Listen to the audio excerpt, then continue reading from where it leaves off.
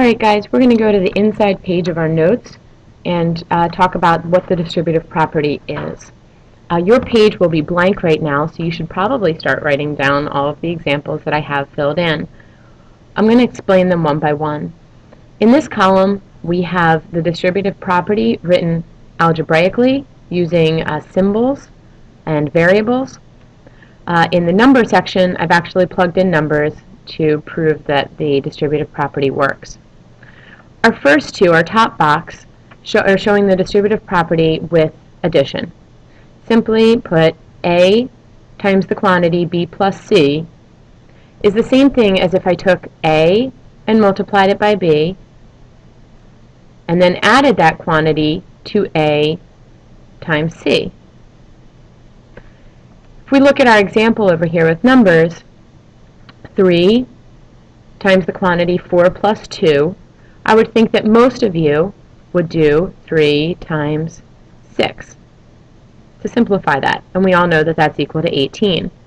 The distributive property allows us to solve that a different way, to multiply 3 times 4 to get 12, and then add that to 3 times 2, which is 6, and get 18 that way. Both problems and both approaches give us the same answer. The second example here simply puts the variable A at the back of the expression, and even if that term is at the back of the expression, you are still going to multiply that the same way. If we look at our numeric example, 3 plus 5 is going to give us 8. 8 times 2 we know is 16. And that would be the same thing over here as 6 plus 10. Either way, our expression is going to simplify to 16.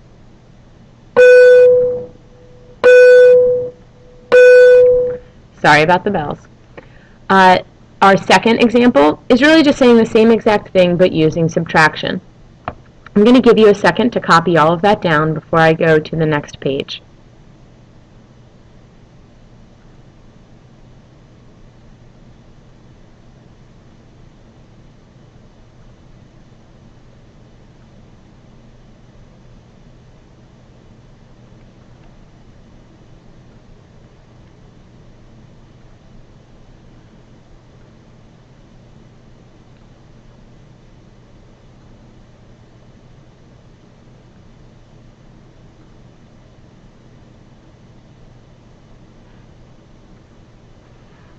Okay, we're going to look at some. So you might ask when looking at the previous examples, why would we even use the distributive property when we really could have just simplified using order of operations? So let's take the example 3 times 4 plus 2. This was the first one that we looked at, and the first time we did it, we did 3 times 6, and we got 18. So I would argue that the distributive property is not really necessary for this example, but it becomes necessary when we substitute out one of those numbers and replace it with a variable. If I were to take 4 out of that example and replace it with an x, I simply can't add x plus 2. They're not like terms. So this requires me to use the distributive property to solve. And again, the distributive property allows me to multiply that 3 times x and also multiply the 3 times 2, and I know that I'll have an equivalent expression. So I would simplify this to be 3x plus 6. Let's do some other examples together. If you look at example A, I'm going to be distributing the 2 here. 2 times x plus 2 times 3, or 2x plus 6. The second example we're going to look at, it might not be obvious what's being distributed. What's being distributed here is that negative sign. A lot of you might want to write in that unwritten coefficient of -1 that we talked about earlier. -1 times 4 is -4. I guess I should have written that out. We can write it out as -1 times 4. and eventually we're going to get negative 4, minus negative 1 times y. I brought that minus down directly from here. This is coming from our negative 1. So when I simplify here, I'm going to bring my minus down again and say negative 1y. Please watch your signs. Minus a negative should be rewritten as plus a positive y. I could have written positive 1y, but 1y and y are really the same thing. Our third example is distributing a number that is at the back of the expression. So negative 3 is being distributed to these two terms that are being subtracted. I would multiply negative 3m times m. I'm going to subtract negative 3m, sorry about that, times 5. Negative 3m times m is going to give me negative 3m squared minus negative 3m times 5 is going to give me a negative 15m. And just like that last problem, I should rewrite this as addition. Negative 3m squared plus 15m. Our last example, we are distributing from the number that's found at the back, which is the fraction 1/2. And the only thing that's different here is that we have a fraction that's being distributed. I'm going to distribute that 1/2 to 2, and really distribution is a multiplication property, so it's going to be 2n times 1/2 plus 6 times 1/2. Well, half of 2 is going to be 1, so 1n plus half of 6 is 3. I'm going to simplify that a little bit further by getting rid of that unwritten coefficient. So these should be what I would think your final example, or sorry, your final answers is the most simplified version here.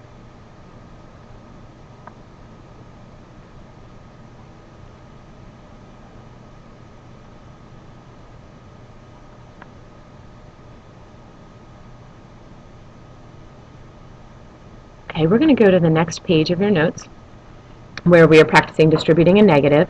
I want you to take a few minutes and see what you would come up with for examples A, B, and C. Hit pause on the video and see how you do.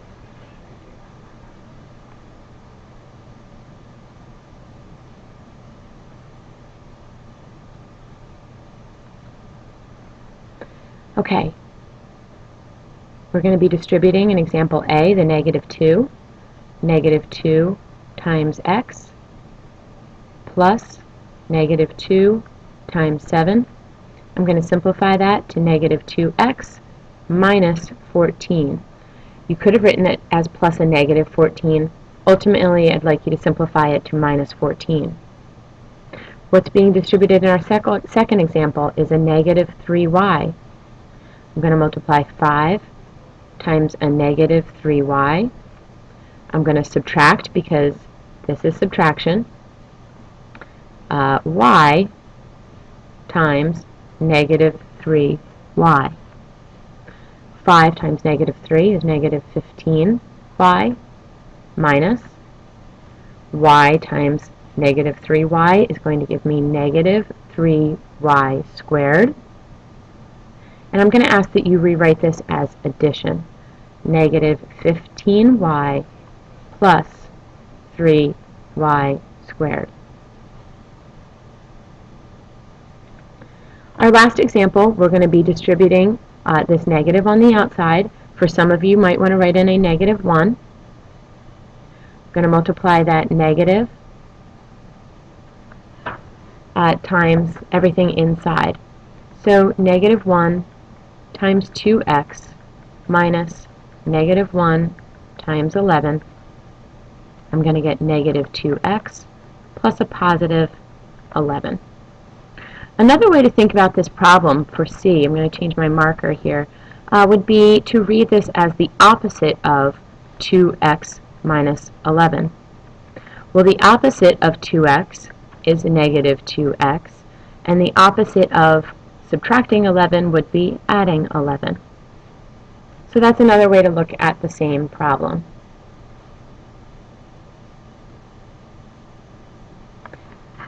Finally, the last thing we're going to talk about in these notes is the end of combining like terms.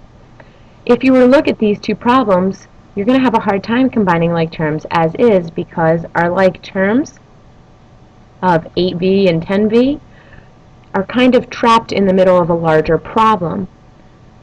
They're not able or free to be moved around. What I need to do first is I need to distribute the 2 to the 8v and distribute the 2 to the negative 4.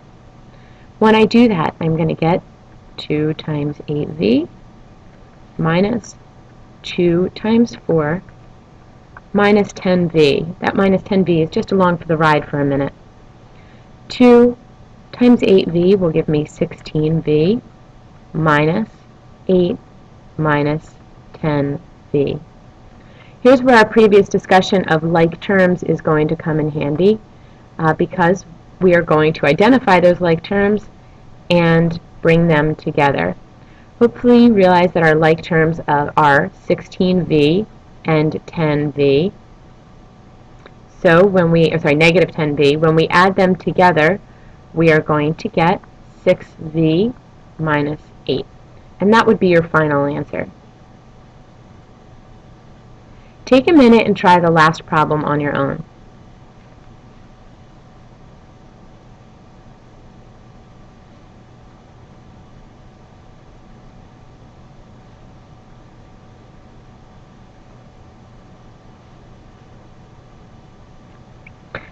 What's being distributed here in the first part of this expression is the 5.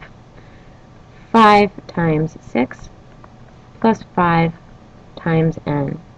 That's really not the controversial part. The controversial part, well, it's not really controversial but sometimes confusing, is what's being distributed in the second half of this expression. I think most people would look at this and say they're distributing a 2. However, that's incorrect. Because we are subtracting this part of the expression, it's really going to be best to look at this as a negative 2. So I'm going to go in here and change this, instead of subtracting 2, to adding a negative.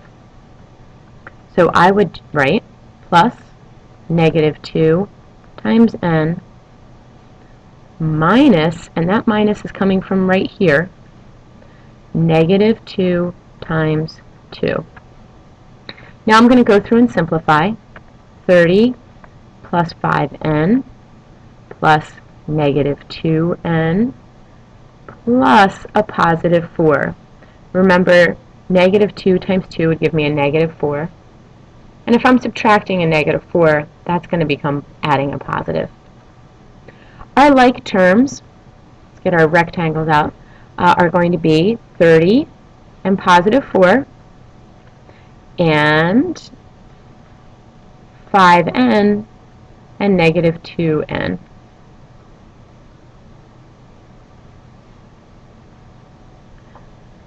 (5n) plus a negative 2n is going to give me 3n plus 34.